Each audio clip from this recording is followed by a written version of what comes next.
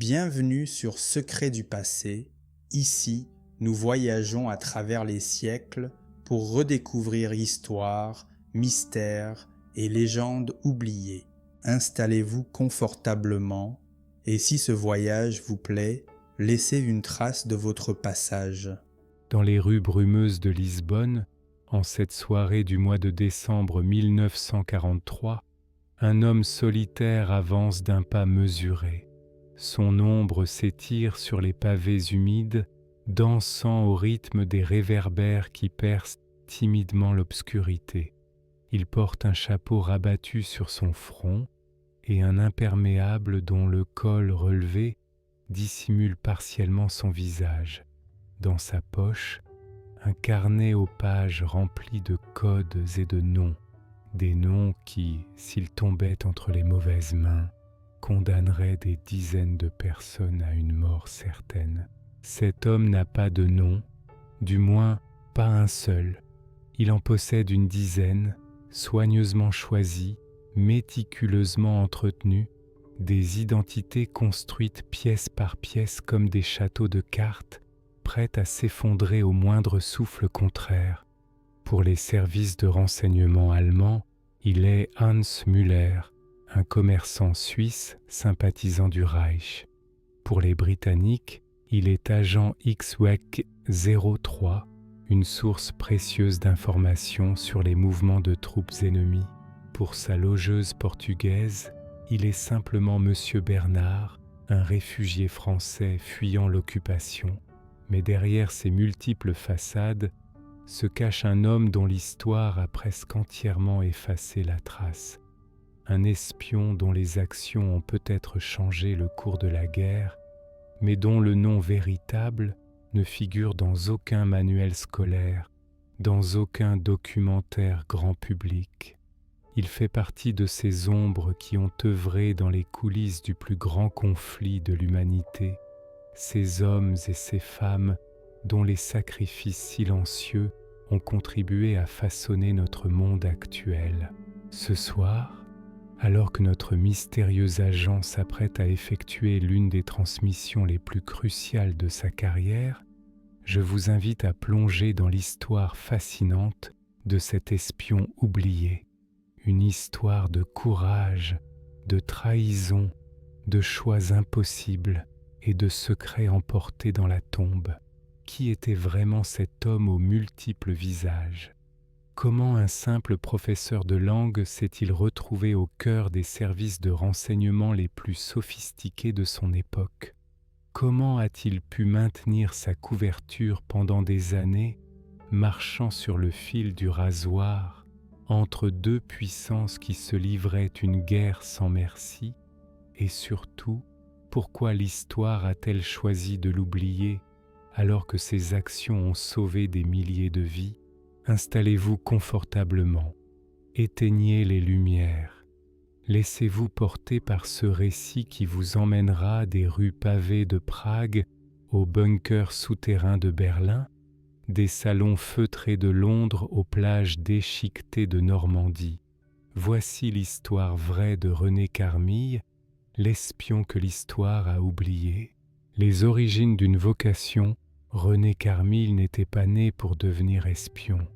Rien dans son enfance ne laissait présager qu'il deviendrait un jour l'un des agents doubles les plus efficaces de la Seconde Guerre mondiale.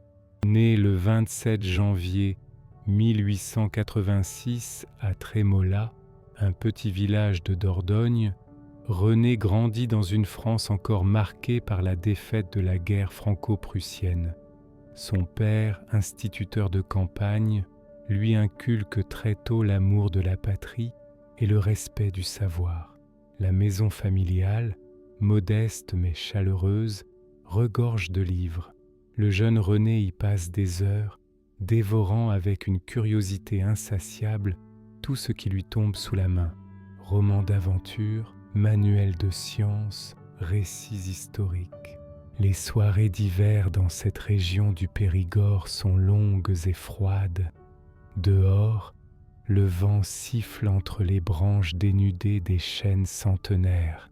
À l'intérieur, La famille se réunit autour du feu crépitant de la cheminée. Le père raconte souvent à ses enfants les histoires des grands hommes qui ont façonné la France. René écoute, fasciné, les récits des stratégies militaires de Napoléon, des exploits diplomatiques de Talleyrand. La force ne suffit pas à gagner une guerre, lui répète son père en tirant sur sa pipe, créant des volutes de fumée qui dansent dans la lumière vacillante des flammes. L'intelligence, la ruse, la connaissance de l'adversaire sont tout aussi importantes. Ces paroles resteront gravées dans l'esprit du jeune garçon. Sans le savoir, son père plante alors les graines qui feront de René un maître de l'espionnage et du contre-espionnage. À l'école, René se distingue par son intelligence vive et sa mémoire prodigieuse. Il maîtrise rapidement plusieurs langues étrangères, l'allemand d'abord, appris auprès d'un vieux voisin alsacien exilé après l'annexion de sa région natale, puis l'anglais et l'italien. Cette facilité pour les langues, couplée à une extraordinaire capacité à imiter les accents et les intonations, deviendra plus tard l'un de ses plus grands atouts. En 1904, alors qu'il n'a que 18 ans, René quitte son village natal pour intégrer l'école polytechnique à Paris. La capitale française est alors en pleine effervescence. La belle époque bat son plein, les expositions universelles ont transformé le paysage urbain et l'optimisme semble être le maître mot d'une société qui croit fermement au progrès et à la science. Le jeune provincial découvre avec émerveillement ce nouveau monde, les grands boulevards illuminés, les cafés littéraires, les théâtres, les musées, tout l'éblouit, tout l'attire. Mais René ne se laisse pas distraire de ses études. Au contraire, il redouble d'efforts et se spécialise dans un domaine alors émergent, la statistique et le traitement mécanique des données. Cette spécialisation, qui peut sembler anodine, jouera un rôle crucial dans son destin, car René Carmille est l'un des premiers à comprendre le potentiel immense que représente la mécanographie, l'ancêtre de l'informatique, pour organiser, trier et analyser de grandes quantités d'informations, une compétence qui, quelques décennies plus tard, lui permettra de sauver des milliers de vies juives en sabotant subtilement les recensements ordonnés par l'occupant nazi. Mais n'anticipons pas, car avant de devenir un héros de l'ombre, René Carmille va d'abord connaître l'enfer des tranchées et la boue sanglante de Verdun. Le 1er août 1914, les cloches sonnent le tocsin dans toute la France.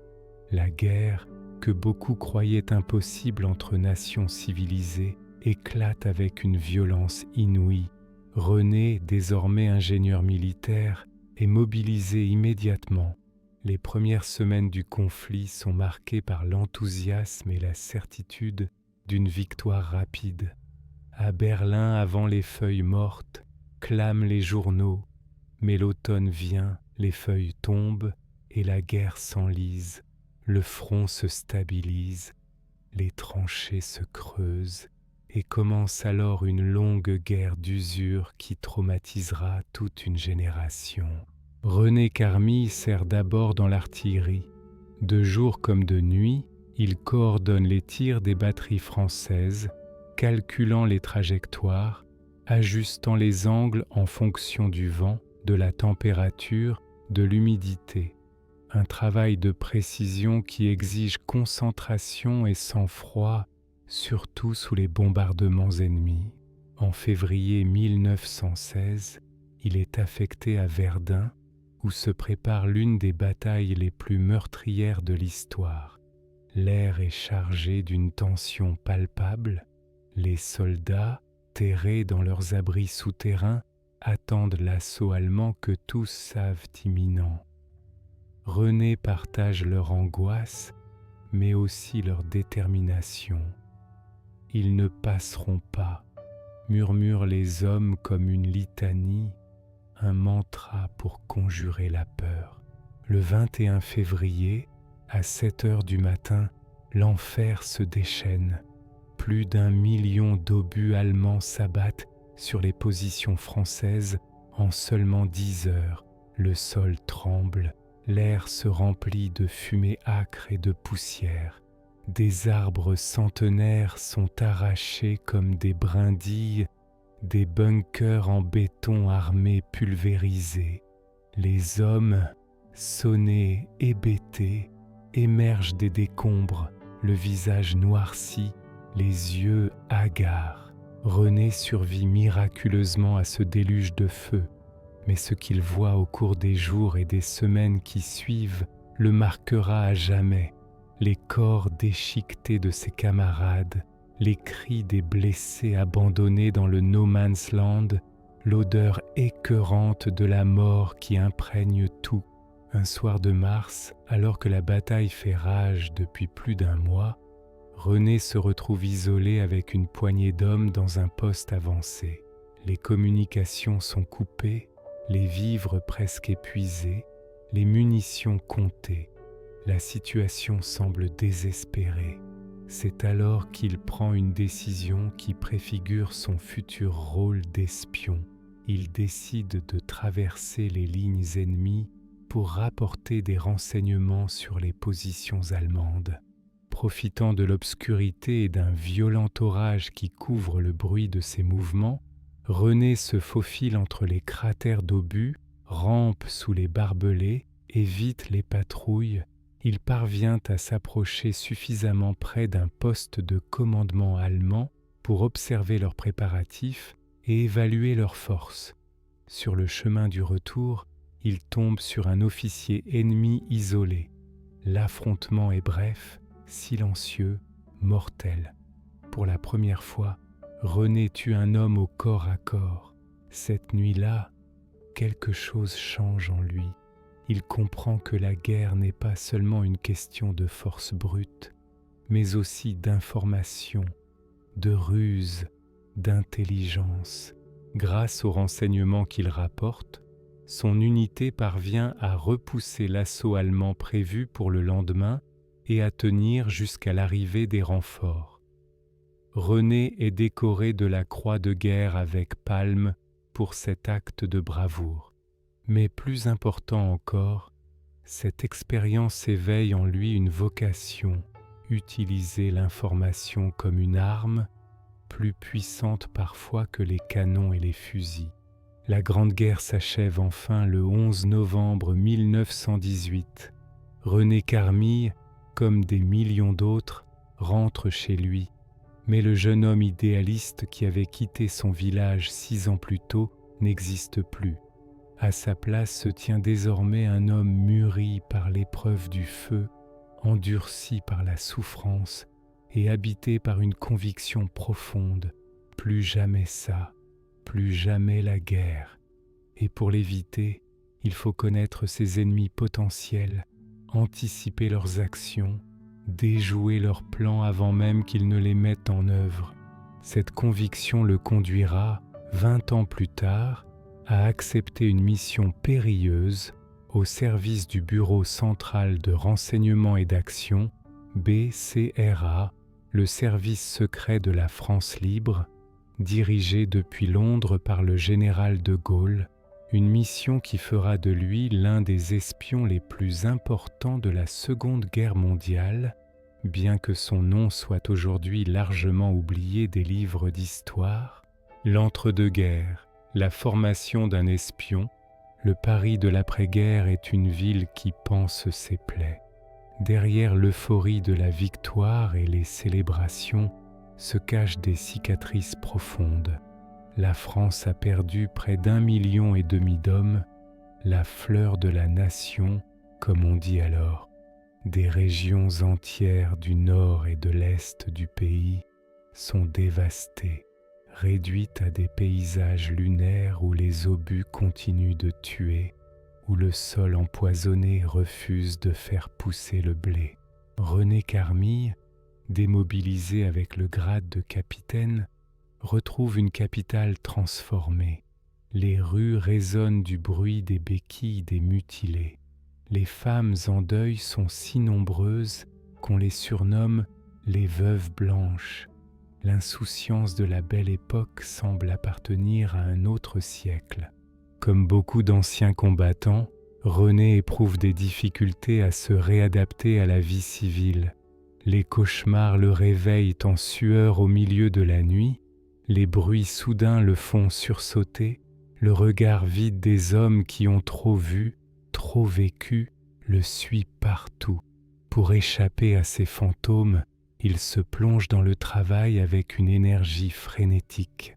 Sa formation d'ingénieur polytechnicien et son expérience dans l'artillerie, où la précision des calculs fait la différence entre la vie et la mort, lui ouvrent les portes du contrôle général des armées.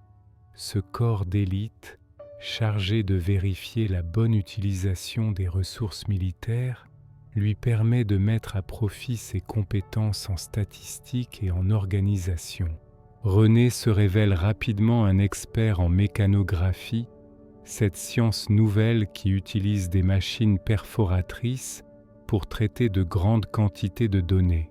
Il comprend avant beaucoup d'autres le potentiel révolutionnaire de ces technologies pour la gestion administrative, mais aussi pour le renseignement militaire, car celui qui maîtrise l'information détient un pouvoir considérable. En 1924, alors que la France tente toujours de se reconstruire et que la République de Weimar connaît une période d'hyperinflation catastrophique, René Carmille est remarqué par le colonel Louis Rivet, alors directeur du 2e bureau, le service de renseignement de l'état-major français. Rivet, visionnaire dans son domaine, cherche à moderniser ses méthodes de collecte et d'analyse d'informations. Il voit en Carmille l'homme capable de mener à bien cette transformation. Ainsi débute la double vie de René. Officiellement, il poursuit sa carrière au contrôle général des armées, gravissant méthodiquement les échelons de la hiérarchie. Mais parallèlement, il travaille en secret pour le 2e bureau, créant des systèmes innovants pour coder et décoder les messages, organiser les réseaux d'informateurs, analyser les renseignements recueillis sur le terrain. Dans un petit bureau discret, situé au dernier étage d'un immeuble sans caractère particulier près des Invalides, René passe ses soirées à former de jeunes recrues. Il leur enseigne l'art de la dissimulation, l'importance des détails, la patience nécessaire au métier d'espion. Un bon agent est avant tout un bon observateur, répète-t-il souvent.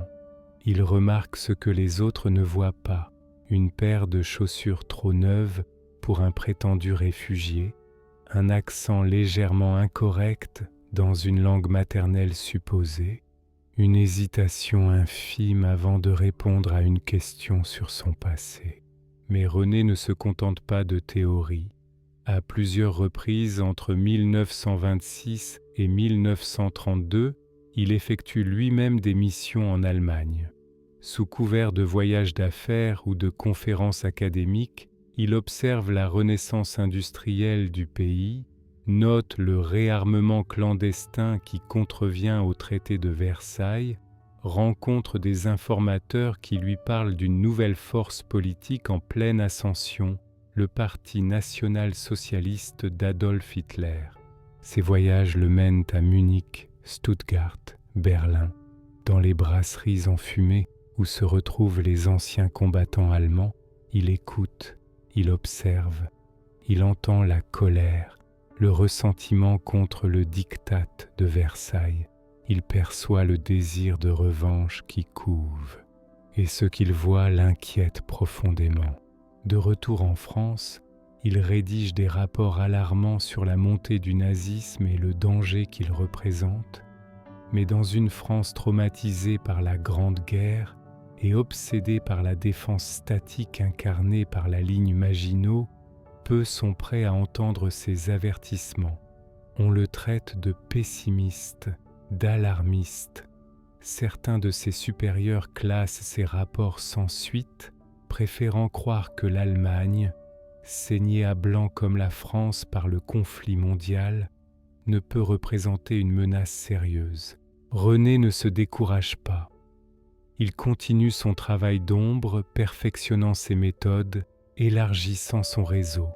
En 1930, il épouse Simone Laxag, une jeune femme d'origine basque rencontrée lors d'une mission dans le sud-ouest. Simone devient rapidement sa confidente et sa collaboratrice officieuse. Dotée d'une intelligence vive et d'un courage à toute épreuve, elle l'aide à encoder des messages, à organiser des rencontres discrètes, à maintenir le contact avec des agents sur le terrain. Leur appartement parisien, situé dans un immeuble bourgeois du 16e arrondissement, devient un lieu de passage pour de nombreux agents du 2e bureau. Sous couvert de dîners mondains ou de réceptions culturelles, des informations cruciales y transitent, des stratégies s'y élaborent, des amitiés solides s'y nouent. Parmi les visiteurs réguliers figure un jeune officier prometteur, Charles de Gaulle. Entre René et lui se développe une relation de respect mutuel, fondée sur une vision commune de la menace allemande et la nécessité de moderniser l'armée française pour y faire face. Ces conversations, souvent prolongées tard dans la nuit, autour d'un verre de cognac et du feu crépitant dans la cheminée, jettent les bases d'une collaboration future qui s'avérera décisive pendant les heures sombres de l'occupation. Le 30 janvier 1933 marque un tournant dans la vie de René Carmille, comme dans l'histoire européenne. Ce jour-là, Adolf Hitler est nommé chancelier d'Allemagne. Dans les semaines qui suivent, les événements se précipitent. Incendie du Reichstag, suspension des libertés civiles, première persécution contre les opposants politiques et les Juifs. René intensifie alors ses activités de renseignement. Il multiplie ses voyages en Allemagne, malgré les risques croissants. Lors d'un séjour à Berlin en novembre 1933, il est témoin de la violence antisémite déchaînée lors de la nuit de cristal. Dans les rues de la capitale allemande, il voit des magasins juifs vandalisés, des synagogues en flammes, des hommes et des femmes humiliés publiquement pour la seule raison de leur appartenance religieuse. Cette expérience le marque profondément et renforce sa détermination à lutter contre le nazisme. À son retour en France, il prend une décision qui orientera toute sa vie future. Il commence à établir un réseau clandestin de protection des personnes persécutées, utilisant ses connaissances en mécanographie pour créer de fausses identités, des documents qui paraissent authentiques jusqu'au moindre détail. En 1938, alors que les accords de Munich sont signés et que la politique d'apaisement triomphe, René Carmille est l'un des rares à comprendre que la guerre est désormais inévitable. Il intensifie ses préparatifs, constitue des caches d'armes et de matériel radio, forme davantage d'agents aux techniques d'espionnage et de contre-espionnage. Dans les salons parisiens, on le considère de plus en plus comme un trouble-fête, un pessimiste qui refuse de croire à la paix pour notre temps promise par Chamberlain, mais René sait ce qu'il a vu en Allemagne. Il connaît la détermination d'Hitler, la puissance de la machine de guerre allemande, la faiblesse des démocraties occidentales divisées et réticentes à l'idée d'un nouveau conflit. Le 1er septembre 1939, ses pires craintes se réalisent. Les troupes allemandes envahissent la Pologne. 2 jours plus tard, la France et le Royaume-Uni déclarent la guerre à l'Allemagne. La Seconde Guerre mondiale commence. Pour René Carmille, désormais âgé de 53 ans, une nouvelle phase de sa vie s'ouvre. Il va devoir mettre en pratique tout ce qu'il a appris au cours des 2 décennies précédentes. Il va devenir l'un des acteurs clés de la résistance française, utilisant son expertise en mécanographie pour sauver des milliers de vies juives. Et surtout, il va mener une double vie périlleuse, infiltrant l'administration de Vichy tout en travaillant secrètement pour les services de renseignement de la France libre à Londres. L'espion que l'histoire a oublié s'apprête à entrer dans la phase la plus dangereuse, mais aussi la plus héroïque de son existence. La drôle de guerre et la débâcle, l'automne 1939 s'étire dans une étrange torpeur. Malgré la déclaration de guerre, aucune offensive d'envergure n'est lancée sur le front occidental. Les soldats français, retranchés derrière la ligne Maginot, attendent un ennemi qui ne vient pas. Dans les cafés parisiens, on parle de drôle de guerre, on plaisante même sur ce conflit qui n'en est pas vraiment un. Beaucoup croient encore à une résolution pacifique, à un arrangement de dernière minute. René Carmille ne partage pas cet optimisme. Dans son bureau du contrôle général des armées, il analyse méthodiquement les rapports qui lui parviennent de Pologne, la Blitzkrieg, la guerre éclair menée par les panzers allemands, la rapidité foudroyante avec laquelle l'armée polonaise a été défaite, la brutalité de l'occupation qui s'installe, ce qui lie le glace d'effroi. Ce n'est qu'une question de temps, confie-t-il à sa femme Simone un soir de décembre, alors qu'ils dînent seuls dans leur appartement parisien. Dehors, la neige tombe doucement, étouffant les bruits de la ville. Ils viendront et ils utiliseront contre nous les mêmes tactiques qui ont si bien fonctionné en Pologne. Simone le regarde longuement, son visage habituellement souriant assombri par l'inquiétude. « Que pouvons-nous faire ?» demande-t-elle simplement. « Nous préparer, répond René, et surtout protéger ce qui peut l'être. » Dans les mois qui suivent, il intensifie son travail secret. Sous couvert de rationalisation administrative, il met en place un système permettant de dissimuler des informations sensibles dans des fichiers apparemment anodins. Il recrute des techniciens fidèles, des hommes et des femmes de confiance qui partagent ses valeurs et son opposition au nazisme. Sans qu'ils le sachent encore, ils formeront bientôt le noyau d'un réseau de résistance, d'une efficacité redoutable. En avril 1940, alors que le printemps habille Paris d'une douceur trompeuse, René est convoqué par le général Rivet, son ancien supérieur du 2e bureau. La rencontre a lieu dans un appartement discret du 7e arrondissement, loin des oreilles indiscrètes. « Nous avons des informations inquiétantes », annonce Rivet sans préambule. Son visage austère est marqué par la fatigue. Une offensive allemande majeure se prépare. Pas contre la ligne Maginot comme tout le monde s'y attend, mais à travers les Ardennes. René hoche la tête, peu surpris. Ses propres analyses pointaient dans cette direction. Quand ?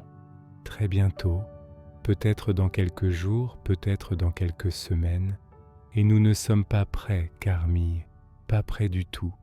Le général lui tend alors un dossier scellé. Voici vos nouvelles instructions.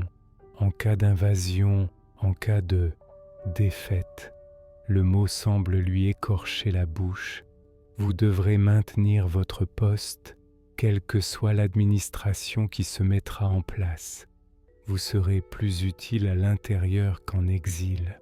René comprend immédiatement ce que cela signifie.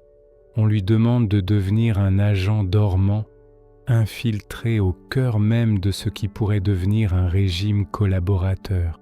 Une mission extrêmement périlleuse. « J'accepte », dit-il simplement. Il n'y a pas d'hésitation dans sa voix, juste une détermination tranquille. Le 10 mai 1940, l'offensive allemande est lancée. Exactement comme l'avait prédit le renseignement français, les panzers foncent à travers les Ardennes, contournant la ligne Maginot par le nord. La percée est fulgurante. En quelques jours, les défenses alliées sont enfoncées. La panique s'empare de l'état-major français, incapable de réagir efficacement à cette stratégie nouvelle qui privilégie la vitesse et la concentration des forces. Dans Paris, l'ambiance change brutalement. L'insouciance fait place à l'angoisse. Les rumeurs les plus folles circulent. On parle de parachutistes allemands déguisés en nonnes, de 5e colonne, de trahison au plus haut niveau de l'État. Les premiers réfugiés arrivent du nord, racontant l'avancée inexorable de la Wehrmacht. Les bombardements, les villes en flammes. René Carmille, lui, travaille jour et nuit. Il sait que le temps est compté. Dans les sous-sols du ministère, il organise le transfert de documents sensibles, de fichiers qui ne doivent pas tomber entre les mains ennemies. Il prépare des caches, met en place des réseaux de communication alternatifs, constitue des stocks de matériel qui serviront plus tard à la résistance. Le 14 juin, les troupes allemandes entrent dans Paris, déclarée « ville ouverte » pour éviter sa destruction. René et Simone assistent, depuis la fenêtre de leur appartement, au défilé sinistre des soldats en uniforme feldgros sur les Champs-Élysées. Les bottes claquent sur les pavés dans un rythme implacable. Les drapeaux à croix gammées flottent dans la brise légère d'été. Le cœur serré, il voit des Parisiens applaudir, cherchant déjà à s'attirer les bonnes grâces de l'occupant. « Regarde bien, Simone », murmure René, sa voix à peine audible. « Regarde bien ce visage de l'occupation, car nous allons le combattre de l'intérieur, sans relâche, jusqu'à ce qu'ils repartent d'où ils sont venus. » Sa femme serre sa main en silence. Aucun mot n'est nécessaire entre eux. Ils savent tous deux ce qui les attend, une vie de danger constant, de mensonges nécessaires, de courage quotidien. Le 17 juin, dans un discours radiophonique qui restera dans l'histoire, le maréchal Pétain annonce qu'il faut cesser le combat et demande l'armistice. Pour des millions de Français, c'est la stupeur, l'incompréhension, la honte. Pour René, c'est le signal qu'il attendait pour activer la phase suivante de sa mission. Dès le lendemain, 18 juin, le jour même où, depuis Londres, un certain général de Gaulle lance son appel à poursuivre la lutte, René Carmille se présente au nouveau gouvernement qui s'installe à Vichy, fort de sa réputation d'expert en statistique et en mécanographie. Il propose ses services pour moderniser l'administration française. Sa proposition est acceptée avec enthousiasme. Le régime de Vichy, soucieux de se présenter comme efficace et modernisateur malgré la défaite, voit en lui l'homme providentiel capable de rationaliser la gestion de l'État français. René est nommé directeur du tout nouveau service de la démographie, un poste clé qui lui donne accès à des informations cruciales sur la population. Ce que ses supérieurs ignorent, c'est que dès sa prise de fonction, René commence à saboter subtilement le système qu'il est censé mettre en place. Lorsque les autorités allemandes, via le gouvernement de Vichy, ordonnent un recensement de la population juive, il conçoit des cartes perforées qui, en apparence, permettent d'identifier les personnes de confession juive, mais qui en réalité contiennent des erreurs volontaires rendant le fichage inefficace. La colonne numéro 11 des cartes mécanographiques, celle qui doit indiquer la religion ou l'origine, reste systématiquement vide dans les traitements effectués par ces services. Un oubli délibéré qui sauvera des milliers de vies. Parallèlement, René établit des contacts avec la résistance naissante. Dans la confusion des premiers mois d'occupation, les réseaux se forment, tâtonnent, cherchent leur marque. Certains sont infiltrés dès leur création par la Gestapo ou la police française collaborationniste. D'autres disparaissent aussi vite qu'ils sont apparus, victimes d'arrestations massives ou de trahisons. Dans ce paysage chaotique, René Carmille avance avec une prudence extrême. Sa position officielle au sein du régime de Vichy lui confère une couverture idéale. Il peut voyager entre la zone occupée et la zone libre, dispose de laissez-passer et d'autorisations qui seraient inimaginables pour la plupart des Français. Sous prétexte d'installer des centres mécanographiques dans différentes villes, il parcourt le pays, rencontrant discrètement des agents de la France libre, transmettant des messages codés, organisant l'évacuation de personnes menacées. Son bureau de Lyon, installé dans un ancien hôtel particulier du 2e arrondissement, devient le cœur de son réseau clandestin. L'immeuble, avec ses nombreuses entrées, ses passages secrets datant de la Renaissance, ses caves communiquant avec d'anciennes galeries romaines, se prête parfaitement à des activités clandestines.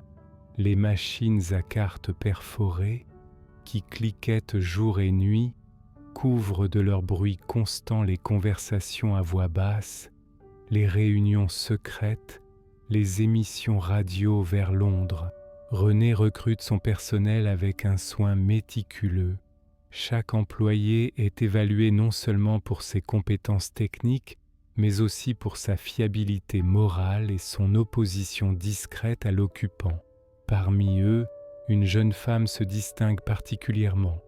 Marie-Thérèse Lefebvre, 26 ans, mathématicienne brillante et patriote convaincue. Marie-Thérèse devient rapidement la collaboratrice la plus proche de René. C'est elle qui, dans le secret d'une arrière-salle, développe les algorithmes permettant de coder des messages dans des séquences apparemment aléatoires de chiffres. C'est elle aussi qui forme les autres employés aux techniques de sabotage subtil. Comment introduire des erreurs indétectables dans les fichiers? Comment retarder le traitement de certaines demandes sans éveiller les soupçons? Comment faire disparaître des informations compromettantes? Notre arme, c'est la bureaucratie elle-même, explique René à son équipe lors d'une rare réunion où il peut parler ouvertement, store baissé et porte verrouillée. Les Allemands adorent l'ordre, la classification, les systèmes. Nous allons utiliser cette obsession contre eux. Nous allons créer un labyrinthe administratif si complexe qu'ils s'y perdront eux-mêmes. Cette stratégie s'avère remarquablement efficace. Lorsque les autorités allemandes demandent des listes de juifs français pour organiser les premières déportations, le service de René répond invariablement qu'il faut plus de temps, que les données sont encore en cours de traitement, que certaines régions n'ont pas encore transmis leurs informations. Chaque jour de retard représente des vies sauvées, des familles qui ont le temps de se cacher, de fuir vers la Suisse ou l'Espagne. Mais cette résistance passive ne suffit pas à René. Dès l'automne 1940, il établit des contacts avec le BCRA, Bureau central de renseignement et d'action, le service secret de la France libre basé à Londres. Par l'intermédiaire d'agents de liaison, souvent des femmes dont l'apparence inoffensive trompe la vigilance des contrôles allemands, il fait parvenir au général de Gaulle des informations cruciales, mouvements de troupes, emplacement de dépôts de munitions, nom de collaborateurs, état du moral de la population. Ces activités clandestines ne sont pas sans risque. À plusieurs reprises, René frôle la catastrophe. En février 1941, lors d'un contrôle surprise de la Gestapo dans ses bureaux lyonnais, Seule sa présence d'esprit lui évite l'arrestation. Alors que les agents allemands fouillent méthodiquement les locaux, René les guide lui-même, jouant à la perfection le rôle du fonctionnaire zélé, désireux de montrer sa coopération. Il les abreuve d'explications techniques sur le fonctionnement des machines mécanographiques, les noie sous un déluge de détails administratifs, si bien que les Allemands, assommés d'ennui, finissent par écourter leur inspection sans découvrir l'émetteur radio caché dans un double fond de classeur, à quelques mètres d'eux. Un soir de juin 1941, René rentre chez lui plus tard que d'habitude. Les rues de Lyon sont désertes, soumises au couvre-feu imposé par l'occupant. Seules les patrouilles allemandes et françaises troublent le silence oppressant. Alors qu'il approche de son appartement, situé dans le quartier d'Ainay, un sixième sens l'alerte. Quelque chose ne va pas. Les lumières sont allumées alors que Simone devrait être couchée. Une silhouette inconnue passe furtivement devant une fenêtre. Au lieu de rentrer, René fait demi-tour et se réfugie chez un ami sûr à quelques rues de là. Sa prudence lui sauve la vie. Il apprendra plus tard que la Gestapo l'attendait, suite à une dénonciation anonyme.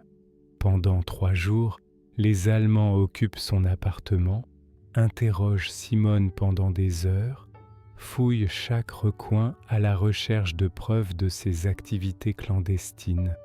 Mais ils ne trouvent rien.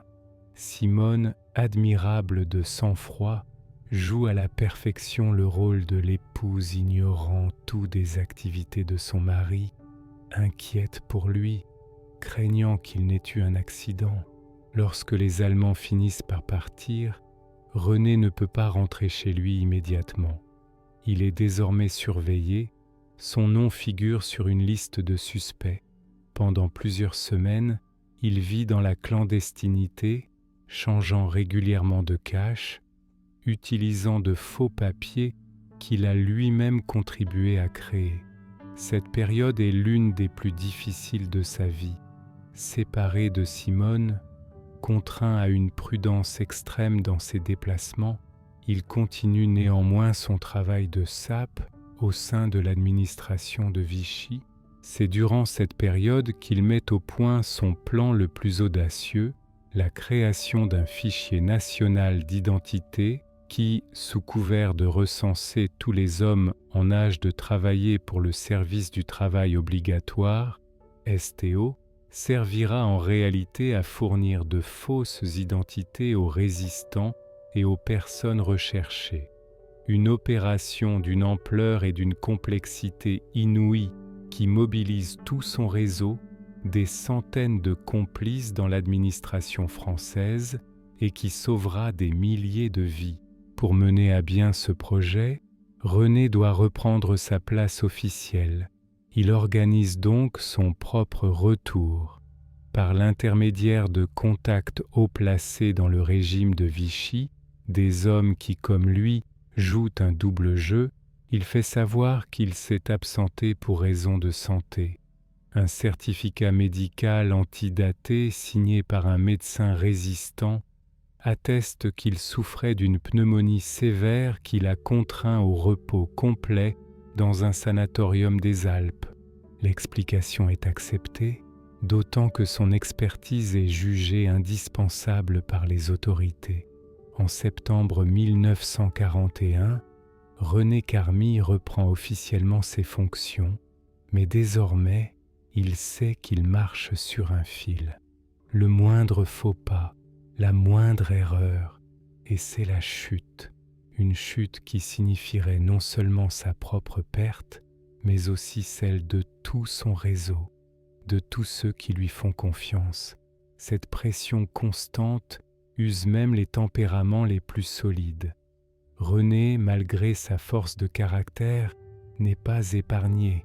En privé, dans les rares moments où il peut baisser sa garde, avec Simone ou avec ses plus proches collaborateurs comme Marie-Thérèse, Il laisse parfois entrevoir sa fatigue, ses doutes. Parfois je me demande si nous ne sommes pas en train de nous battre contre des moulins à vent, confie-t-il un soir à Marie-Thérèse, alors qu'il travaille à tard dans son bureau. Dehors, la pluie d'automne fouette les vitres, créant une ambiance mélancolique. Les Allemands semblent invincibles. Ils sont partout, de la Norvège à l'Afrique du Nord, de l'Atlantique aux portes de Moscou. Marie-Thérèse le regarde avec intensité. Malgré son jeune âge, son visage porte déjà les marques de l'inquiétude constante, des nuits sans sommeil. C'est précisément quand tout semble perdu qu'il faut continuer à se battre, répond-elle. Si nous abandonnons, qui restera pour défendre ce que nous sommes, ce en quoi nous croyons? René hoche lentement la tête. Cette jeune femme lui rappelle pourquoi il risque tout, jour après jour, pour que des gens comme elle puissent vivre libres, pour que les valeurs de la France, la vraie France, pas celle de Vichy, perdurent malgré l'occupation. Le travail se poursuit donc, inlassablement. Le fichier national d'identité prend forme, avec ses millions de cartes perforées. Officiellement, c'est un outil de modernisation administrative, un moyen pour l'État français de mieux gérer sa population. En réalité, c'est une arme de résistance d'une redoutable efficacité, car René et son équipe ont introduit dans le système une faille délibérée, la possibilité de créer des doublons, des identités multiples pour une même personne, sans que cela soit détectable par des contrôles standards. Ainsi, un résistant recherché peut devenir quelqu'un d'autre avec des papiers parfaitement en règle, indétectables même pour les experts de la Gestapo. Ce système sauve notamment de nombreux juifs menacés de déportation.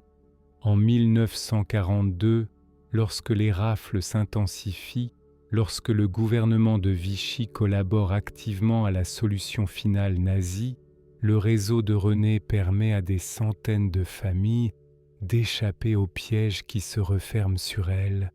Des enfants sont cachés dans des familles d'accueil sous de nouvelles identités. Des adultes disparaissent pour renaître ailleurs en France avec un nouveau nom, un nouveau passé, une nouvelle chance de survie. Mais la vigilance allemande s'accroît. Les services de contre-espionnage de la Wehrmacht et de la SS, notamment le redoutable Sicherheitsdienst, SD, commencent à s'intéresser de près aux anomalies statistiques dans les fichiers français. Des recoupements sont effectués, des interrogations émergent. Le cercle se resserre lentement autour de René Carmy et de son réseau. En décembre 1942, un premier coup dur frappe l'organisation. Marie-Thérèse Lefebvre est arrêtée à un point de contrôle alors qu'elle transporte des documents codés destinés à un groupe de résistants de la région de Grenoble. Par un malheureux hasard, elle tombe sur une patrouille allemande renforcée par un agent du SD particulièrement perspicace. Celui-ci remarque son nervosisme, insiste pour une fouille approfondie, découvre les papiers cachés dans la doublure de son manteau. Marie-Thérèse est immédiatement emprisonnée et soumise à des interrogatoires brutaux. Pendant 3 jours et 3 nuits, elle endure coups, privations de sommeil, simulacres d'exécution. Mais elle ne parle pas, elle ne révèle rien sur René, sur le réseau, sur les opérations en cours. Au matin du 4e jour, ses gardiens la trouvent pendue dans sa cellule. Elle a préféré mettre fin à ses jours plutôt que de risquer de craquer sous la torture. La nouvelle de sa mort atteint René par l'intermédiaire d'un contact dans la police française. Le choc est terrible. Marie-Thérèse était plus qu'une collaboratrice. Elle était devenue une amie proche, presque une fille pour lui. Sa disparition laisse un vide immense tant sur le plan personnel que professionnel. Mais le deuil doit être bref. La guerre continue, la lutte continue. René réorganise son réseau, renforce les mesures de sécurité, change les codes et les procédures. Le temps presse car il sent que l'étau se resserre autour de lui. En février 1943, une autre tuile. L'un de ses agents de liaison est capturé près de la frontière espagnole alors qu'il tente de faire passer des informations destinées au BCRA à Londres. L'homme résiste quelques jours aux interrogatoires, puis finit par livrer certains noms, certaines adresses. Une série d'arrestations s'ensuit, décimant une partie du réseau dans le sud-ouest de la France. René comprend que son tour viendra bientôt. Il prépare sa succession, forme de nouveaux agents, disperse les informations les plus sensibles entre différentes caches. Il met également sa femme Simone à l'abri, l'envoyant dans un petit village de Haute-Savoie, près de la frontière suisse, où elle pourra fuir rapidement en cas de nécessité. Ces précautions s'avèrent judicieuses. Le 3 février 1944, alors qu'il sort de son bureau lyonnais, René est arrêté par une escouade de la Gestapo. Sans ménagement, il est poussé dans une voiture noire qui démarre en trombe. Direction, la prison de Montluc, sinistre antichambre de la déportation ou de l'exécution pour des milliers de résistants. Montluc et Dachau, le prix du courage. La cellule numéro 76 de la prison de Montluc mesure à peine 6 mètres carrés. Ses murs d'un gris sale sont couverts de graffitis laissés par des générations de détenus. Noms, dates, messages d'espoir ou de désespoir, parfois de simples traits verticaux marquant le décompte des jours passés dans cet enfer. Une lucarne étroite, placée trop haut pour qu'on puisse y accéder sans se hisser, laisse filtrer une lumière parcimonieuse. L'ameublement se résume à une paillasse moisie jetée sur un bas-flanc en béton et un seau servant de toilette dont l'odeur pestilentielle imprègne l'air confiné. C'est dans ce lieu sinistre que René Carmi est jeté après son arrestation. Le choc est rude pour cet homme habitué au confort bourgeois, aux espaces ordonnés, à la propreté méticuleuse. Mais sa formation militaire, son expérience des tranchées de Verdun, lui permettent de s'adapter rapidement. Dès les premières heures, il impose à son corps et à son esprit une discipline stricte. Exercice physique quotidien, malgré l'espace restreint, récitation mentale de poèmes et de formules mathématiques pour garder l'esprit alerte, observation minutieuse de son environnement pour repérer toute opportunité d'évasion ou de communication avec l'extérieur. Les interrogatoires commencent dès le lendemain de son arrestation. René est conduit dans une pièce du dernier étage, connue parmi les détenus sous le nom sinistre de salle des questions. Là, des officiers de la Gestapo, assistés d'interprètes et parfois de membres de la milice française, tentent de lui arracher des informations sur ses activités clandestines, sur son réseau, sur ses contacts avec Londres. Les méthodes employées sont brutales, coups, brûlures de cigarettes, simulacres de noyade. Parfois, la violence cède la place à des approches plus subtiles, promesses de clémence, tentatives de manipulation psychologique, confrontation avec des témoignages de collaborateurs présumés, mais quelle que soit la tactique utilisée, René reste muet sur l'essentiel. Il admet certains faits mineurs, déjà connus de ses interrogateurs, pour donner l'impression de coopérer, mais garde le silence sur tout ce qui pourrait compromettre ses camarades encore en liberté. Vous êtes un homme intelligent, monsieur Carmille, lui dit un jour le Sturmbannführer Klaus Barbie, le tristement célèbre boucher de Lyon, lors d'un interrogatoire particulièrement éprouvant. Vous savez que la guerre est perdue pour votre camp. Les Américains et les Anglais ne viendront jamais en France, alors pourquoi sacrifier votre vie pour une cause perdue? René, le visage tuméfié, les lèvres fendues, trouve encore la force de répondre.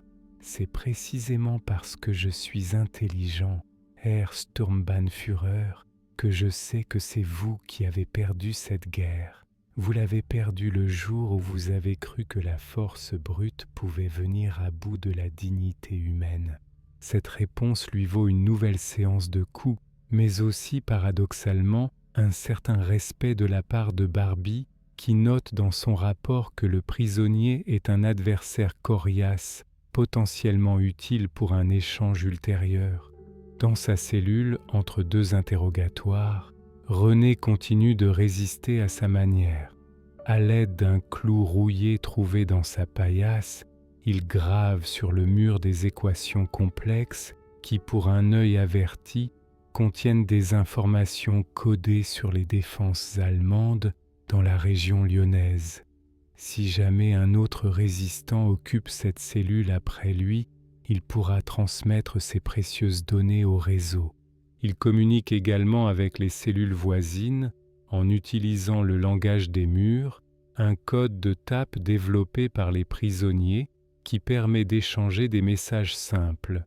C'est ainsi qu'il apprend l'avancée des Alliés en Italie, le débarquement imminent en France, les bombardements intensifs sur l'Allemagne. Ces nouvelles lui redonnent espoir et renforcent sa détermination à tenir bon. Mais les semaines passent et la santé de René décline. La nourriture infecte et insuffisante, une soupe claire le matin, un morceau de pain noir à midi, parfois accompagné d'une lichette de margarine rance, ne lui permet pas de reconstituer ses forces. Les nuits sont hantées par les cris des autres détenus torturés, par le bruit sec des exécutions dans la cour, par le vrombissement des camions qui emportent des prisonniers vers des destinations inconnues, mais que tous supposent funestes. En avril 1944, après 3 mois de détention à Montluc, René est informé qu'il va être transféré. Vers où? Personne ne le lui dit, mais il a entendu suffisamment de rumeurs pour deviner qu'il s'agit probablement d'un camp de concentration en Allemagne. La veille de son départ, il reçoit une visite inattendue. Un jeune garde allemand, à peine 20 ans, entre dans sa cellule à la tombée de la nuit. Le garçon, originaire de Bavière, a des traits doux qui contrastent avec la brutalité de son uniforme noir. Sans un mot, il dépose sur la paillasse un petit paquet enveloppé dans du papier journal. Puis, après avoir vérifié que personne ne l'observe, il murmure en un français hésitant « De la part de votre femme, elle va bien, elle est en sécurité. » Avant que René ne puisse répondre ou le remercier, le garde disparaît, refermant doucement la porte derrière lui. Ce bref moment d'humanité dans l'enfer de Montluc restera gravé dans la mémoire de René.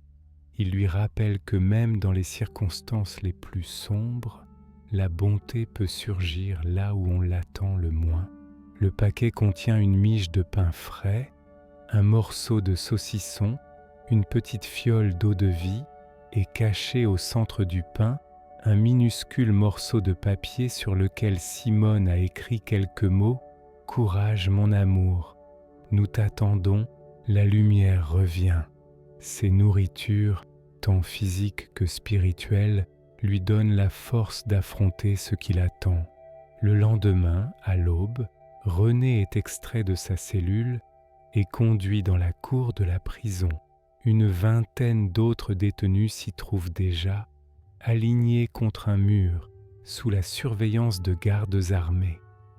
Certains visages lui sont familiers, des résistants qu'il a croisés dans les couloirs de Montluc, d'autres qu'il a connus dans sa vie d'avant, dans le monde des vivants, des hommes de tous âges, de toutes conditions, unis par leur opposition au nazisme. Un camion bâché les attend. Sans ménagement, ils sont poussés à l'intérieur, puis le convoi démarre, escorté par des véhicules militaires allemands. Destination, la gare de Lyon-Perrache. Là, ils sont transférés dans des wagons à bestiaux, déjà occupés par d'autres prisonniers venus d'autres lieux de détention. La promiscuité est totale.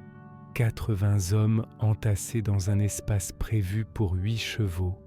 Pas de banc, pas de paille, juste le plancher dur du wagon. Un seau en guise de toilette qui déborde rapidement. Une petite ouverture grillagée, trop haute pour qu'on puisse y voir à travers, laisse entrer un peu d'air et de lumière. Le train s'ébranle. C'est le début d'un voyage cauchemardesque qui durera 3 jours et 3 nuits. 3 jours de chaleur étouffante, de soif dévorante. Les Allemands ne distribuent de l'eau qu'1 fois par jour, en quantité insuffisante, de faim qui tord les entrailles. 3 nuits d'obscurité presque totale, troublées seulement par les gémissements des malades, les sanglots étouffés de ceux qui craquent nerveusement, les prières murmurées par les croyants. René s'efforce de maintenir le moral de ses compagnons d'infortune. Il organise la distribution équitable du peu d'eau et de nourriture dont il dispose. Il raconte des histoires pour distraire les esprits des horreurs présentes. Il prodigue des soins rudimentaires aux plus faibles, avec les maigres ressources disponibles, un mouchoir humidifié pour rafraîchir un front fiévreux, un massage pour soulager des membres endoloris par l'immobilité forcée. Le 30 avril 1944, au matin du 3e jour, le train s'arrête enfin. Par les interstices des planches, les déportés aperçoivent un paysage sinistre. Une plaine brumeuse, des baraquements à perte de vue entourés de miradors et de barbelés, des cheminées qui crachent une fumée noire et épaisse. Ils sont arrivés à Dachau, l'un des plus anciens camps de concentration du Reich, situé à quelques kilomètres de Munich. Les portes des wagons s'ouvrent dans un grincement métallique, des hurlements en allemand. Raus, schnell, schnell, exclamation marque, dehors, vite, vite. Des coups de crosse pour ceux qui ne se déplacent pas assez rapidement. Des chiens qui aboient, tenus en laisse par des SS à l'air impassible. Pour René et ses compagnons, c'est l'entrée dans un monde dont la cruauté dépasse l'entendement humain. Sur la rampe, une première sélection s'opère. Les plus faibles, ceux qui ne peuvent pas se tenir debout, sont mis de côté. René ne les reverra jamais. Les autres, dont il fait partie, sont dirigés vers des baraques de désinfection. Là, on leur ordonne de se déshabiller entièrement. Leurs vêtements et effets personnels sont confisqués. Nus, vulnérables, ils sont tondus à la machine, tous les poils du corps rasés pour prévenir les infestations de poux. Puis vient la douche, de l'eau glacée qui tombe brutalement des pommeaux, faisant hoqueter de saisissements même les plus endurcis. René ne peut s'empêcher de penser que dans d'autres camps, dans d'autres sections peut-être de ce même camp, ce ne sont pas des douches mais des chambres à gaz camouflées qui attendent les déportés. Après ce traitement déshumanisant, les nouveaux arrivants reçoivent l'uniforme rayé caractéristique des camps de concentration, des vêtements usés, souvent tachés, qui ont déjà servi à plusieurs déportés avant eux. Certains portent encore les marques de leurs précédents propriétaires. Taches de sang, trous de balles, Pour compléter cette dépersonnalisation, chacun se voit attribuer un numéro qui remplacera désormais son nom. René Carmy devient le numéro 86 243. Les nouveaux arrivants sont ensuite répartis dans différents blocs. René est assigné au bloc 26, un baraquement surpeuplé où s'entassent déjà plus de 400 détenus, principalement des prisonniers politiques français comme lui. Les chalits à 3 niveaux sont si serrés qu'il est presque impossible de se déplacer entre eux.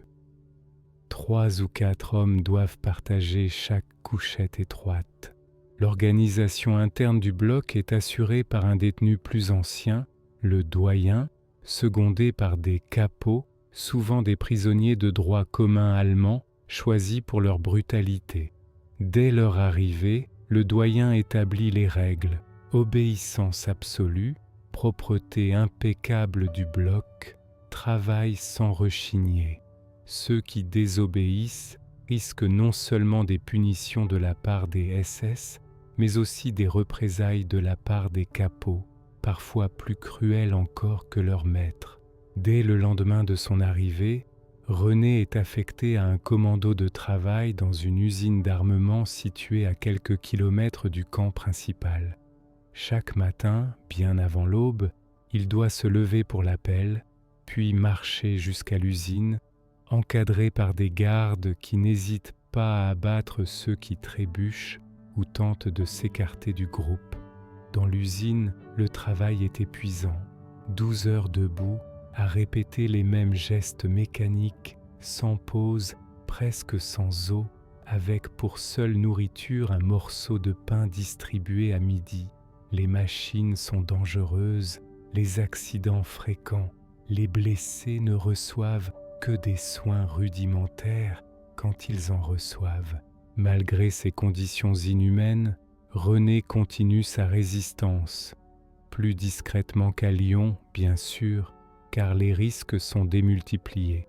Mais chaque fois qu'il le peut, il sabote subtilement les pièces d'armement qu'il fabrique, un réglage légèrement faussé, une vis insuffisamment serrée, un composant délibérément mal positionné, de petites imperfections qui, cumulées, rendront l'arme moins précise, moins fiable, potentiellement dangereuse pour l'utilisateur allemand plutôt que pour sa cible alliée. Il partage également son expertise avec d'autres déportés, leur enseignant ces techniques de sabotage indétectable. Un réseau informel se crée ainsi au sein même de l'usine, une forme de résistance silencieuse qui contribue, à sa modeste échelle, à l'effort de guerre allié. Dans le camp, René parvient à maintenir des contacts avec d'autres réseaux de résistance, notamment grâce à des détenus qui travaillent aux cuisines ou à l'infirmerie et qui ont un peu plus de liberté de mouvement. Des nouvelles du front lui parviennent ainsi, le débarquement allié en Normandie en juin 1944, la libération de Paris en août, l'avancée des troupes soviétiques à l'Est. Ces informations, qu'il partage prudemment avec ses camarades les plus proches, maintiennent l'espoir. La fin du cauchemar semble se rapprocher, mais pour beaucoup, elle ne viendra pas assez vite. À mesure que l'automne 1944 cède la place à l'hiver, les conditions dans le camp se détériorent dramatiquement. Les rations, déjà insuffisantes, sont encore réduites. Le froid s'installe, mordant, implacable, d'autant plus cruel que les détenus ne disposent que de vêtements en lambeaux. Les épidémies, typhus, dysenterie, se propagent rapidement, décimant des blocs entiers. René, malgré sa robustesse et sa volonté de faire, n'est pas épargné. En décembre, il contracte une pneumonie sévère. Sans médicaments, sans soins appropriés, la maladie s'aggrave rapidement. Sa toux profonde, déchirante, inquiète ses camarades de chalit. Sa fièvre est si élevée qu'il délire parfois, murmurant des noms des chiffres, des bribes de code qu'il utilisait dans sa vie d'avant. Ses compagnons veillent sur lui autant qu'ils le peuvent, lui cédant une partie de leur maigre ration, le couvrant de leurs propres vêtements pour tenter de le réchauffer. Parmi eux, un médecin français déporté, le docteur Maurice Dubois, fait des miracles avec presque rien, à l'aide de compresses improvisées avec des chiffons bouillis dans de l'eau de pluie. Il tente de faire baisser la fièvre de René. Avec des décoctions d'écorce et de racines récupérées lors des sorties de travail, il prépare des tisanes aux propriétés vaguement médicinales. « Tenez bon, Carmille », lui murmure Dubois à l'oreille. « Les Américains ne sont plus très loin, il faut tenir encore quelques semaines, quelques mois tout au plus. » René hoche faiblement la tête. Il veut croire à cette promesse de libération, mais il sent ses forces décliner jour après jour. Le typhus s'ajoute bientôt à la pneumonie, affaiblissant encore davantage son corps déjà éprouvé. En janvier 1945, il ne peut plus se lever pour les appels matinaux. C'est une condamnation à mort quasi certaine dans l'univers implacable du camp.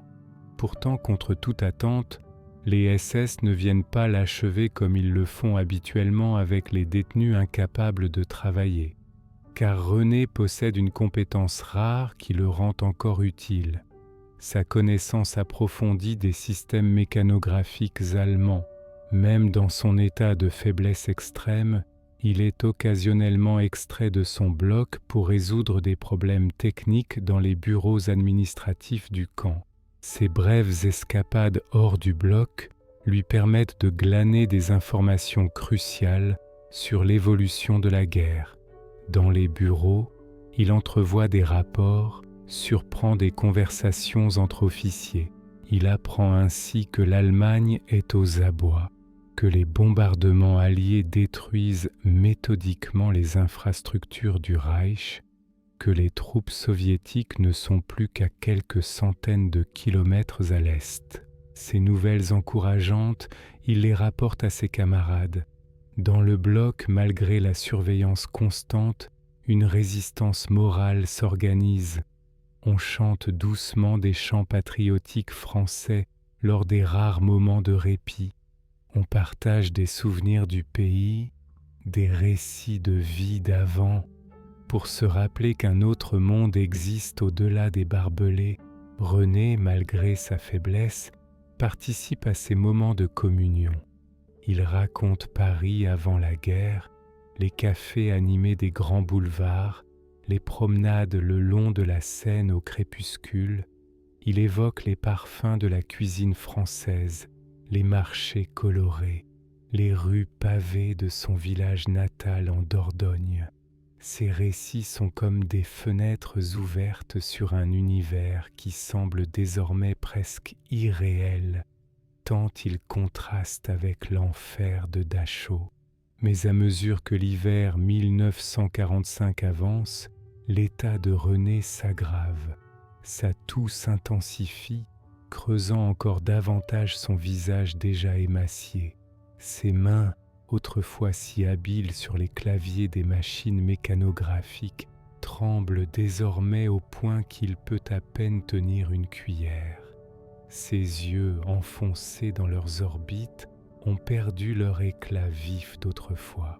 Un soir de février, sentant sa fin proche, il appelle auprès de lui le docteur Dubois et un autre déporté, Jean Moulin, un instituteur de Normandie avec qui il s'est lié d'amitié. « Je ne verrai pas la libération », leur dit-il d'une voix faible mais lucide. « Mais vous, vous la verrez, et quand vous rentrerez en France, j'aimerais que vous fassiez quelque chose pour moi. » Il leur dicte alors l'adresse de Simone, son épouse, leur demande de la contacter dès leur retour, puis il leur confie un message, quelques mots d'amour pour sa femme, mais aussi des informations codées sur les fichiers qu'il a sabotés, sur les réseaux qu'il a mis en place, sur le travail accompli dans l'ombre qui a sauvé tant de vies. « L'histoire m'oubliera peut-être », murmure-t-il, « Mais il faut que ce que nous avons fait soit connu, pas pour la gloire, pas pour les médailles, mais pour que ceux qui viendront après nous sachent qu'on peut résister, même dans les situations les plus désespérées. Jean et Maurice mémorisent soigneusement ces paroles. Ils promettent solennellement de transmettre son message s'ils survivent. Cette promesse semble apaiser René, lui donner la force de tenir encore quelques jours. Le 25 février 1945, une agitation inhabituelle secoue le camp. Des rumeurs circulent. Les Américains seraient à moins de 100 kilomètres. Les SS commencent à brûler des documents, à démanteler certaines installations. La tension est palpable. Cette nuit-là, René Carmi s'éteint doucement dans son sommeil. Sans bruit, sans plainte, il quitte un monde qui l'a tant fait souffrir, mais contre lequel il a lutté jusqu'au bout avec un courage exemplaire. Il a 59 ans. Son corps, comme tant d'autres, est transporté au crématorium du camp. Aucune cérémonie, aucun hommage, juste un numéro rayé d'une liste. 86 243, décédé le 25 février 1945. Pourtant, malgré cette fin anonyme, l'œuvre de René Carmi lui survit. Les fichiers qu'il a sabotés ont sauvé des milliers de Juifs français de la déportation. Les informations qu'il a transmises à Londres ont contribué à des opérations militaires cruciales. Les techniques qu'il a développées seront plus tard reprises et perfectionnées par les services secrets français d'après-guerre. Et surtout, Maurice Dubois et Jean Moulin tiennent leurs promesses. Libérés lors de l'arrivée des troupes américaines à Dachau le 29 avril 1945, ils rentrent en France quelques semaines plus tard. Après des mois de convalescence pour récupérer de leur terrible expérience, ils retrouvent Simone Carmi dans le petit village de Haute-Savoie où elle s'est réfugiée. La rencontre est bouleversante. Simone, qui a vécu dans l'incertitude depuis l'arrestation de son mari, apprend enfin les circonstances de sa mort. Elle pleure, bien sûr, mais trouve aussi une forme de consolation dans le récit que lui font les deux hommes. René est resté fidèle à ses principes jusqu'au bout. Il a continué à résister même dans les conditions les plus inhumaines. Il est mort en pensant à elle et à leur combat commun.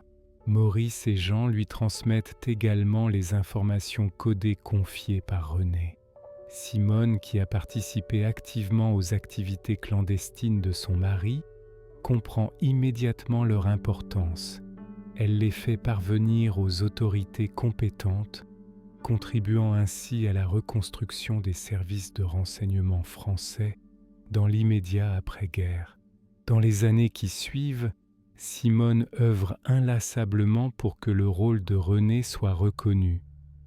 Mais l'époque n'est pas propice à ce type de reconnaissance. La France de l'après-guerre préfère célébrer les héros visibles, ceux qui ont combattu en uniforme, ceux dont les exploits peuvent être racontés sans ambiguïté. L'espionnage, par nature discret et ambigu, cadre mal avec le récit national qui se construit alors.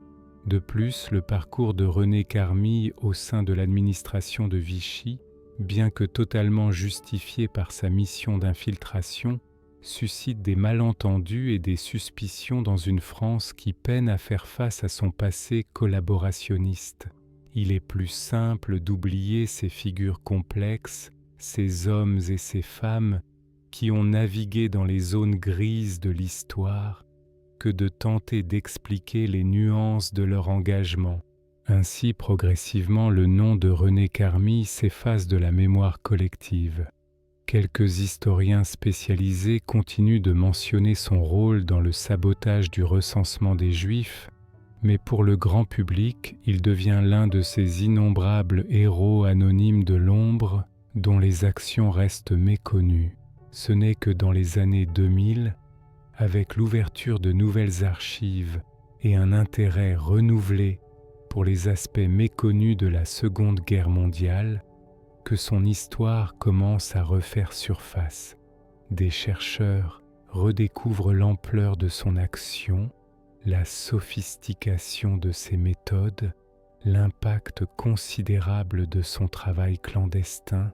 Des articles sont publiés, des conférences lui sont consacrées, son nom apparaît dans quelques documentaires spécialisés. Mais encore aujourd'hui, René Carmille reste largement méconnu du grand public. Son nom n'apparaît pas sur les plaques commémoratives des grandes figures de la Résistance. Aucune rue, aucune école ne porte son nom dans sa Dordogne natale. L'espion que l'histoire a oublié attend encore la pleine reconnaissance de son extraordinaire contribution à la lutte contre le nazisme.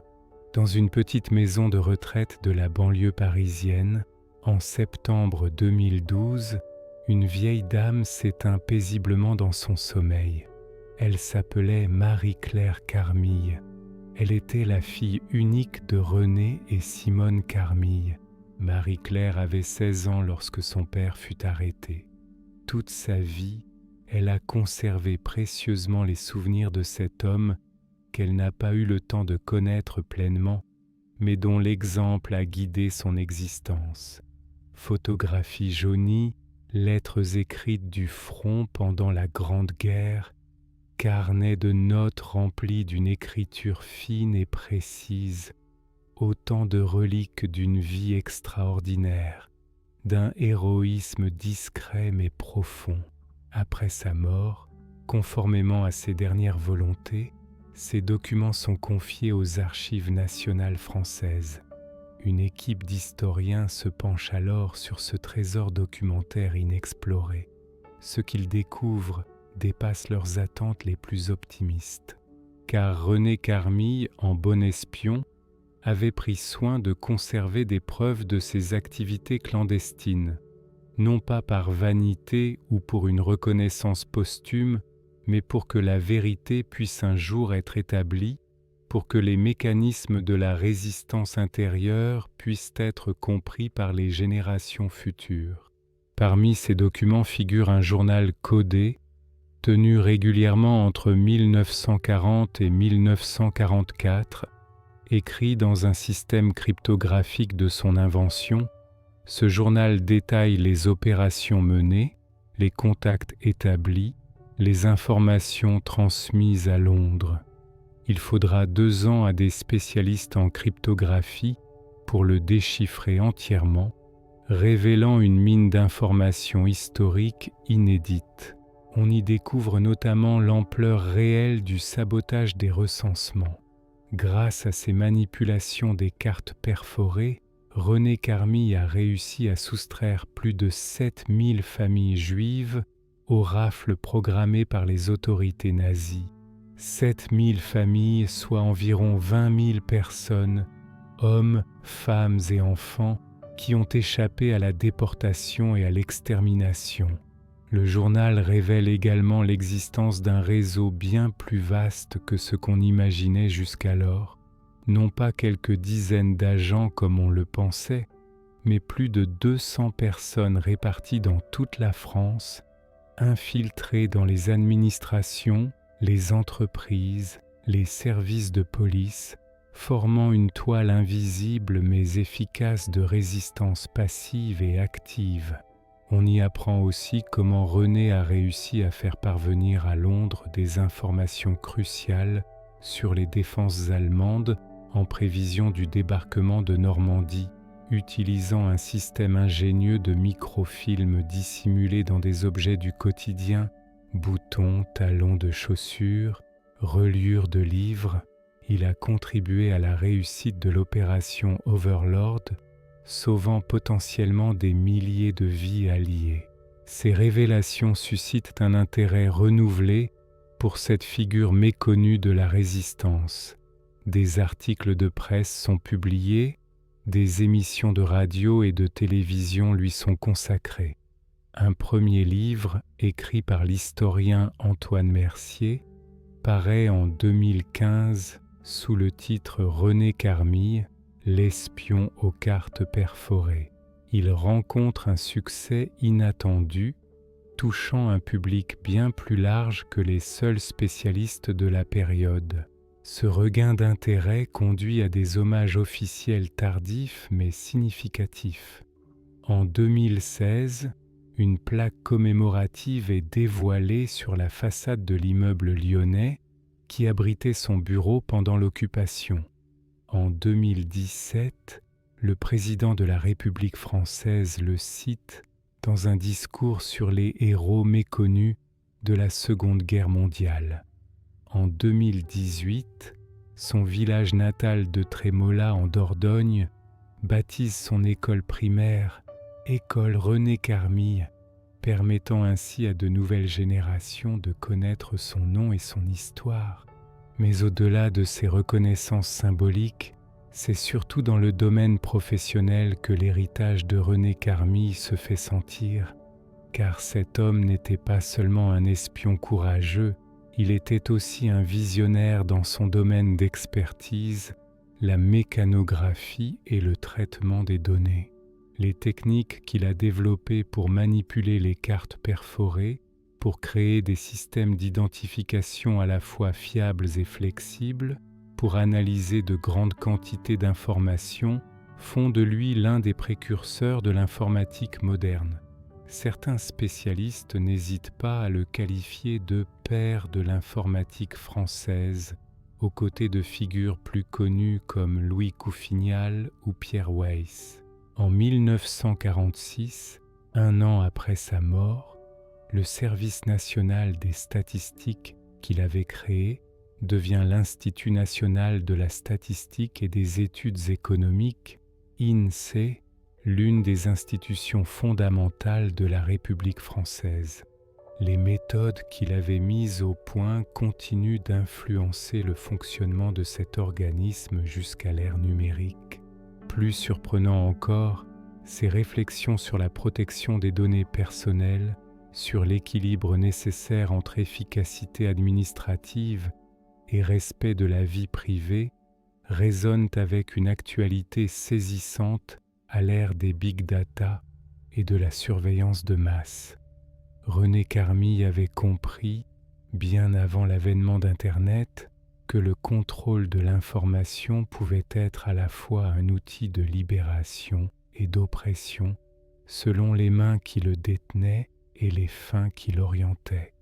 La mécanographie, écrivait-il dans un mémorandum de 1943 retrouvé dans ses archives, peut servir à ficher les citoyens comme du bétail, à les trier pour l'abattoir, mais elle peut aussi, entre des mains responsables, améliorer considérablement le service public, rationaliser sans déshumaniser, permettre une gestion plus juste des ressources d'une nation. Tout dépend de l'éthique qui guide son utilisation. Ces réflexions font de lui non seulement un résistant et un pionnier technique, mais aussi un penseur dont les idées gardent une pertinence remarquable dans notre monde contemporain, confronté aux défis éthiques posés par le développement exponentiel des technologies de l'information. En 2020, 75 ans après sa mort à Dachau, un colloque international lui est consacré à la Sorbonne, réunissant historiens, informaticiens, spécialistes en éthique des données. Pendant 3 jours, des intervenants du monde entier explorent les multiples facettes de son héritage, son rôle dans la résistance bien sûr, mais aussi ses innovations techniques, ses réflexions éthiques, son influence sur le développement des services de renseignement d'après-guerre. Ce colloque marque un tournant dans la reconnaissance de René Carmille. Il n'est plus seulement un espion oublié que quelques spécialistes tentent de réhabiliter.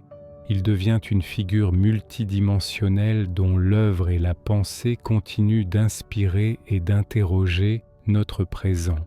Car l'histoire de René Carmille nous rappelle plusieurs leçons essentielles.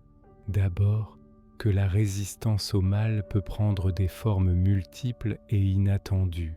Là où certains ont pris les armes ou distribué des tracts, lui a combattu avec des cartes perforées et des algorithmes, prouvant qu'on peut transformer n'importe quel outil, n'importe quelle expertise en arme de liberté.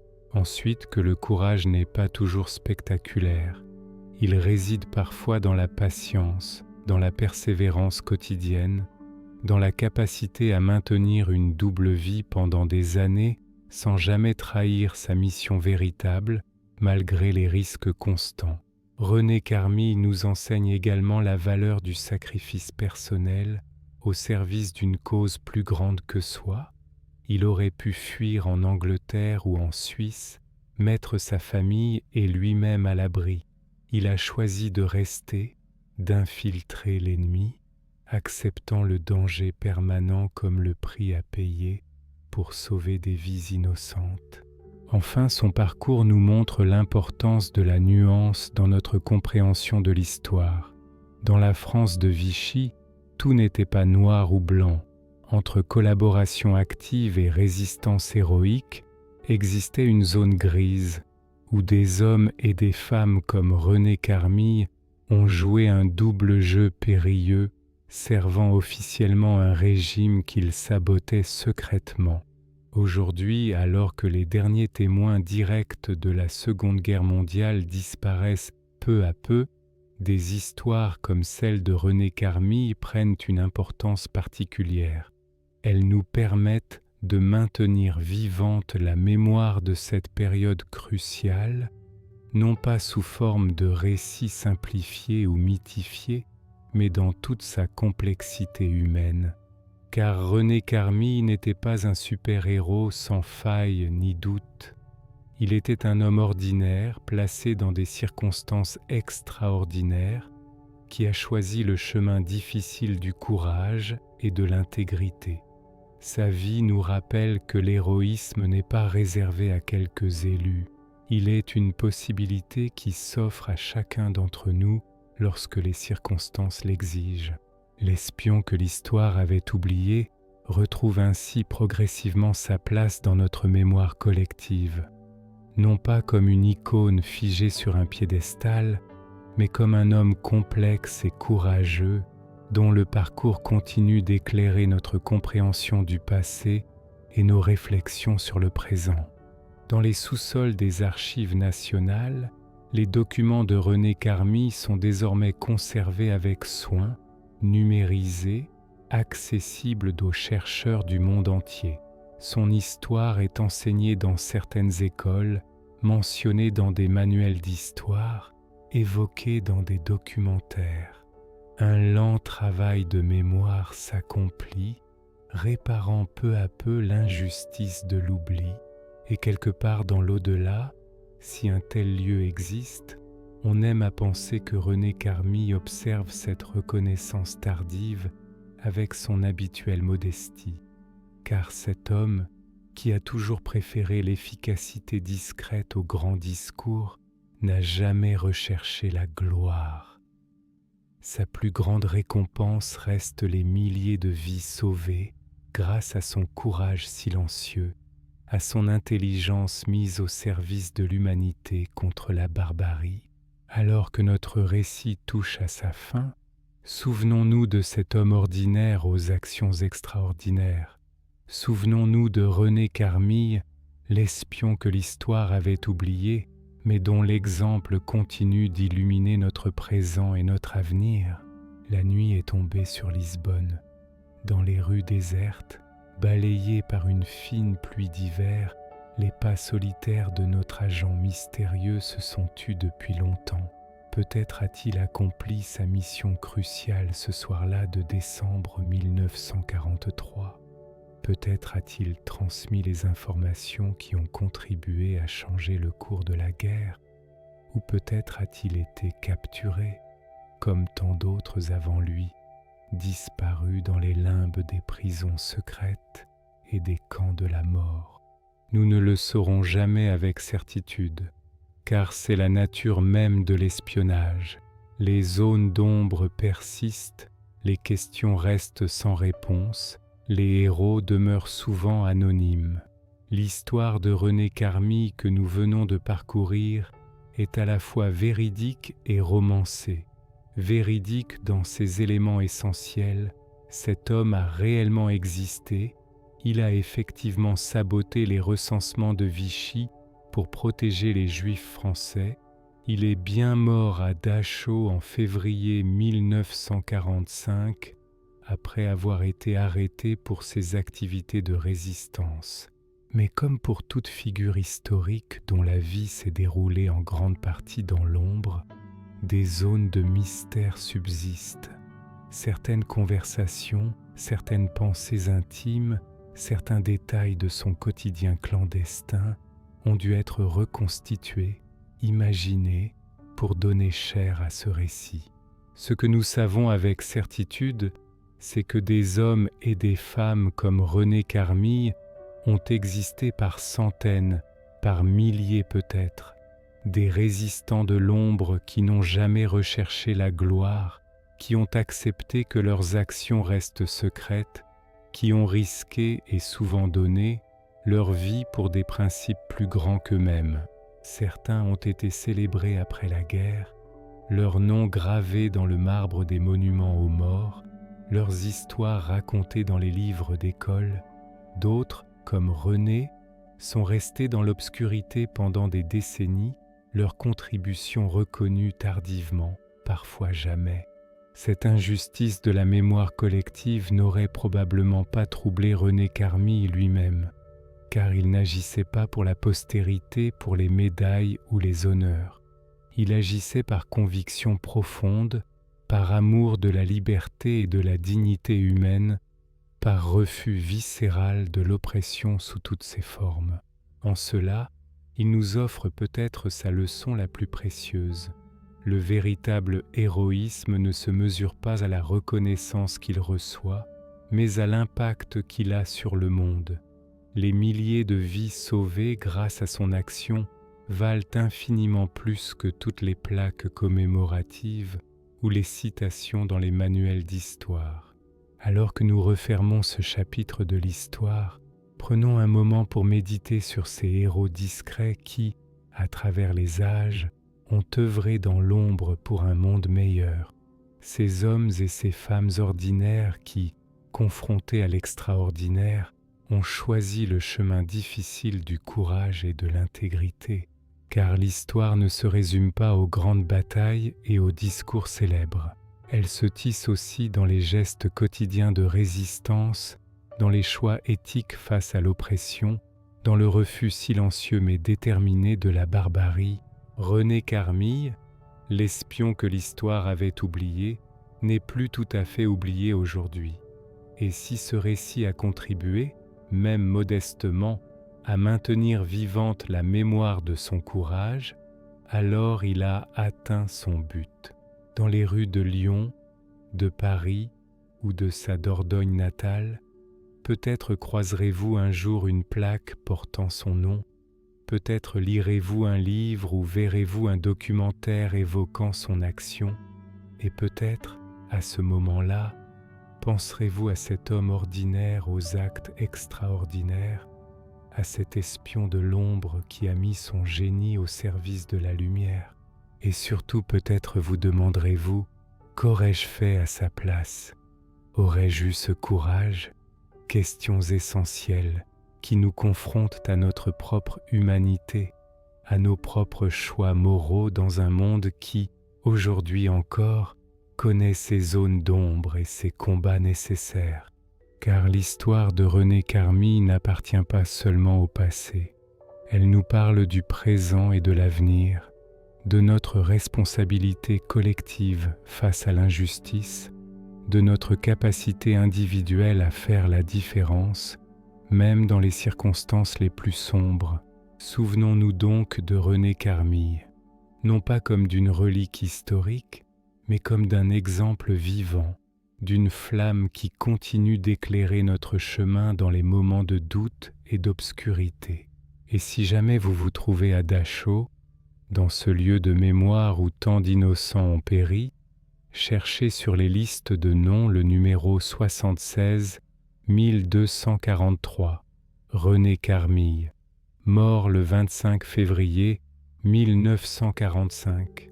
Prenez un moment pour vous recueillir, pour honorer sa mémoire et celle de tous ceux qui, comme lui, ont sacrifié leur vie pour que triomphe la liberté et la dignité humaine.